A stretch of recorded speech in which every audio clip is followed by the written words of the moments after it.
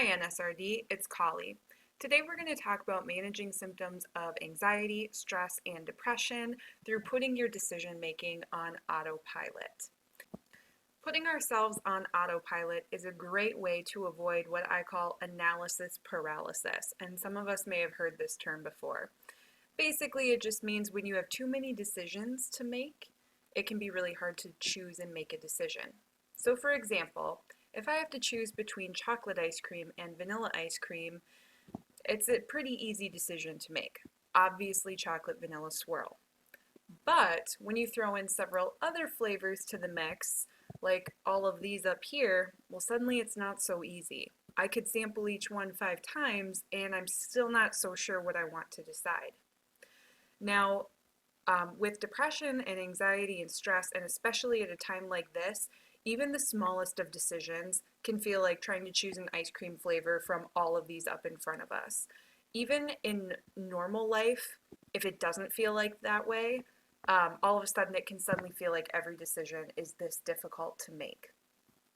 So, what we can do is set up our life so that we don't have to make these decisions. They're already made for us. Now, I will say it's not really clear based on the science whether or not depression, for example, actually affects your ability to make decisions. Now, some studies have shown yes, depression inhibits decision making. Some studies, such as this one that I have pulled up here, which is from just last year, actually show that it doesn't necessarily decrease the ability to make decisions. Now, granted, this study only looked at people who were ambulatory, meaning that they probably didn't have severe depression. But in all honesty, folks, I don't actually think it matters whether or not depression inhibits your ability to make decisions, because even if it doesn't stop you from being able to make good decisions, you still may not want to. Now's not really a time where we want to make more decisions and have to worry about things more than we have to. So whether or not it actually stops your ability isn't really the point, because we just don't necessarily feel like it right now, and that's okay. So one way that we can put our life on autopilot and make fewer decisions in this time is to do a little bit more meal prep. Now I've got this picture pulled up here with this lovely, looks like chicken with broccoli and rice.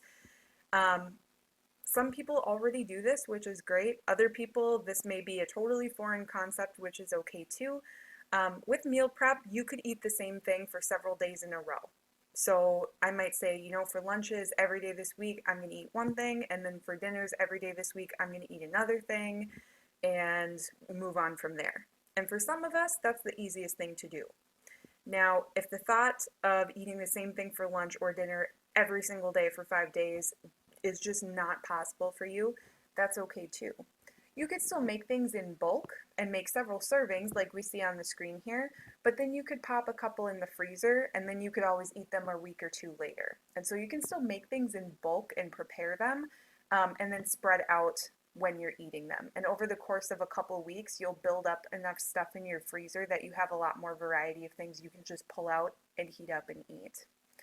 Now, the other thing that you can do in terms of food prep, if this route is not for you, is I really like this idea of eating a specific thing on a certain day of the week. And so I'm going to link you guys to this page because I really like the author of this article. She gave several examples of recipes for each day. So I think this might be helpful for some of you folks who've never meal prepped before. But we can see here that she has it laid out. Mondays are always pasta. Tuesdays are always Taco Tuesday. And so if you follow a schedule like this, there's a little less guesswork and analysis paralysis going on with trying to figure out what to eat. And you could eat the same thing rotating every week, same tacos every Tuesday, or you could always have a little more variety. This week I'm going to eat beef tacos with, cheese and beans, and next week I'm going to eat shredded chicken tacos, whatever. However you want to use this tool, it can work great for you. Now you can use this in combination with what I said before of making things in bulk. So you could make bulk pasta and then tuck it away and or preserve it in the freezer, for example, and eat it next week or 2 weeks from now. So however it makes sense to you to put these tools together. I'm going to scroll down just a little bit here so you can see she did include links to different recipes for each night of the week. So if you're not used to doing a lot of meal prep or a lot of cooking, she does have some recipes in here that you could give a try. Now, I won't claim that I'm the meal prep queen, but I'm pretty high up there. I would say I'm like the meal prep duchess or something. So if you want to talk to somebody or bounce some ideas around or just get some tips and tricks for making your meal prep more effective, send me an email. I kind of nerd out over these things, so I'd love to talk to somebody about all my meal prepping and help you out a bit. So that is one way we can autopilot in regards to food and making food for ourselves and our families. The second thing that you folks can do to put your life on autopilot is to put yourself on a daily schedule. Now, this seems a little childish, and actually this picture I have pulled up is actually a child's schedule because it was the nicest picture I could find. But you could follow something just like this for yourself as well. And so I know some of us are still working, maybe from home, maybe not. Some of us are on furlough or have maybe been laid off. But if you want to make your day-to-day more simpler, you can just decide, yep, I'm always going to wake up at this time. I'm always going to clean the kitchen at this time or do the laundry at this time. And then you don't really have to think about what you're going to do. You just do what's on the schedule. And we don't really like to live our lives this way all the time outside of COVID-19. It's kind of a stifling way to live for some of us, and we might like having more autonomy. But again, in terms of making fewer decisions and not having to think about what we're going to do, this might make it simpler for some people. Now, a third thing that we can do to make our lives more simple is I actually kind of like this idea of putting your outfits together ahead of time. Again, some of us are still at home. Some of us still have to go into work. I don't know if any of our outfits are looking this fancy right now. Mine sure aren't. But if you don't want to think about what you're going to wear day to day, even if it's just sweatpants and t-shirts, which is what mine would look like in this case, just put like your week's outfits together all at once. So I'm going to put, my one t-shirt and pair of sweatpants and socks and roll them all up together in one bundle. And then the next day's t-shirt and sweatpants and socks, roll them all up in one bundle, and then just stick them in the drawer, hang them in the closet that way.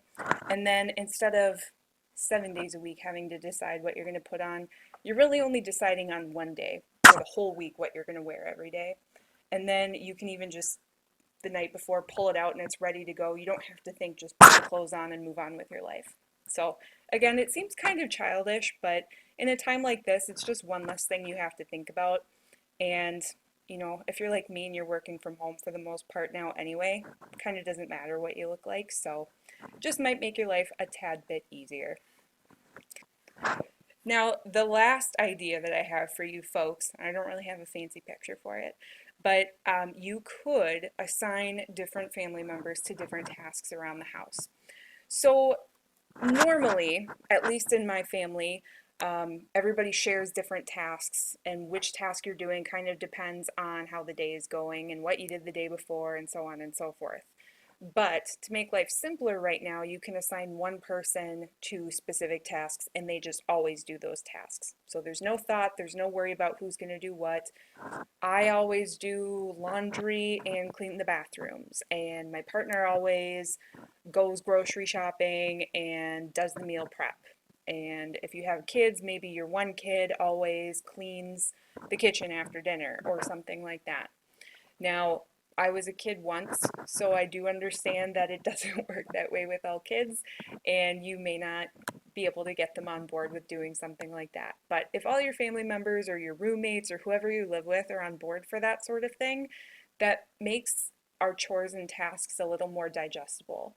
So if I as an individual don't have to worry about the laundry and the grocery shopping and the cleaning and all of that, I just have to worry about one or two, then it makes it a lot more digestible. I can handle one or two of those things. I don't know if I can handle 4, 5, 6 different tasks all the time. So those are just some ideas for making less decisions. Those are a couple things I've tried to do here at my house to make life a little bit easier. You guys might even have some more great ideas that I haven't even thought of. So if you have any other ideas, comment them down below so other people can see. And as always, if you need somebody to talk to, if you have more questions, if you just want to discuss some of these ideas that I've brought up in some of these videos, just shoot me an email and we can chat about it. I'm going to keep working on some more of these for you folks. Hopefully diving in some more to some of the other topics that you guys wanted to talk about. I wanted to get a couple out about some of the stress and anxiety and depression symptoms because I know that was the biggest topic that you guys had. So looking to diversify a little bit moving forward, but I hope you guys are staying safe and healthy out there. Have a nice rest of your night, and I'll talk to you again soon.